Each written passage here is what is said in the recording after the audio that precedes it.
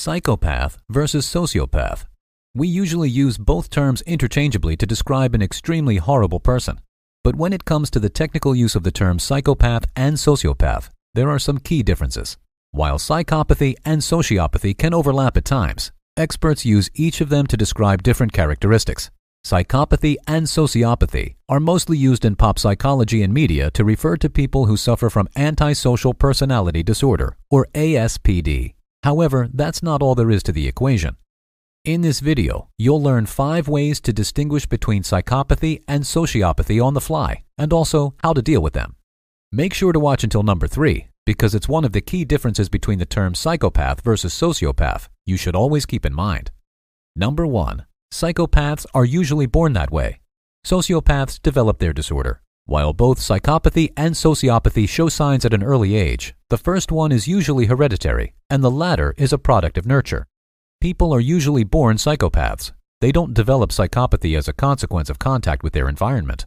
On the other hand, sociopathy is usually a product of a harsh upbringing, especially during toddlerhood. A psychopath's brain scan usually displays a lack of adequate development of the parts that regulate emotions due to genetic disposition. Psychopaths grow up lacking empathy and a sense of remorse.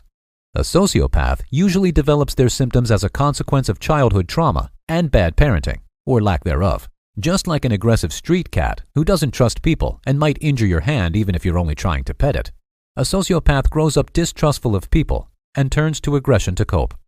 So, the first key difference is mainly nature versus nurture. A psychopath is by nature a psychopath, and a sociopath is only a sociopath because they developed it from a very young age as a defense mechanism. On the scale of evil, if you want to call it that way, psychopaths are generally more villainous than sociopaths, even though sociopaths may come across as louder and more aggressive. One of the best indicators of a psychopath in early childhood is animal cruelty. Both psychopaths and sociopaths tend to hurt animals, but psychopaths seem to be crueler and more prone to prolong the torture. Number 2. Psychopaths are deceptive. Sociopaths are compulsive. Psychopaths usually grow up seemingly normal, especially if they have a normal family. Aside from the scary cruelty and other pathological behavior they display from time to time, a psychopath can grow up to be a functioning member of society. They learn from an early age to adopt to social norms and fake emotional responses and empathy. A psychopath learns to imitate the patterns of behavior of a normal person very well. It's only on rare occasions that a psychopath shows his or her real colors, which is often a horrible situation for people who witness it. Psychopaths often change their social circles when people start to see through their masks. When a psychopath commits a crime, it's usually very well calculated and planned in a way that makes it nearly impossible to frame them for it. On the other hand, a sociopath usually comes across as impulsive, aggressive, and grumpy. You can easily spot an extremely sociopathic type because they're usually displaying warning signs. A sociopath is always in a constant battle with society, which makes forming lasting relationships and keeping a job difficult for him or her. Society also doesn't tolerate sociopathic behavior because of its erratic nature, which in turn drives the sociopath to commit crimes and fall into a downward spiral of crimes, jail, resentment, and vengeance upon the society that rejects them. The prisons are packed with these wayward children of society. They are the types that tattoo "Born to Lose" on their arms. By the way, make sure to subscribe if you've learned something new today. Number 3. Psychopaths are more dangerous than sociopaths. Although sociopaths scream aggression and crime from a faraway distance, a psychopath is still more dangerous than them. A sociopath may not display any signs of empathy or remorse, but that doesn't mean they don't have those emotional responses. They usually bury their fragile emotions deep down, where they can rarely access them as a defense mechanism that they developed from childhood. The only way through life in the eyes of a sociopath is through suppressing fragile emotions. As for a psychopath, they lack empathy and remorse in the first place. Those emotional responses never were a concern for them. A psychopath is capable of doing anything, no matter how horrible it is, and has no remorse. As long as they don't get caught, a psychopath's mind doesn't care if something is right or wrong. While psychopaths might go to great lengths not to show any signs of psychopathology, they're only doing so because it sucks to be in prison. Therefore, all their psychopathological behavior is well calculated, which makes it even scarier. A sociopath might act compulsively in a situation that drives them to hurt someone or even kill them, which will lead to prison.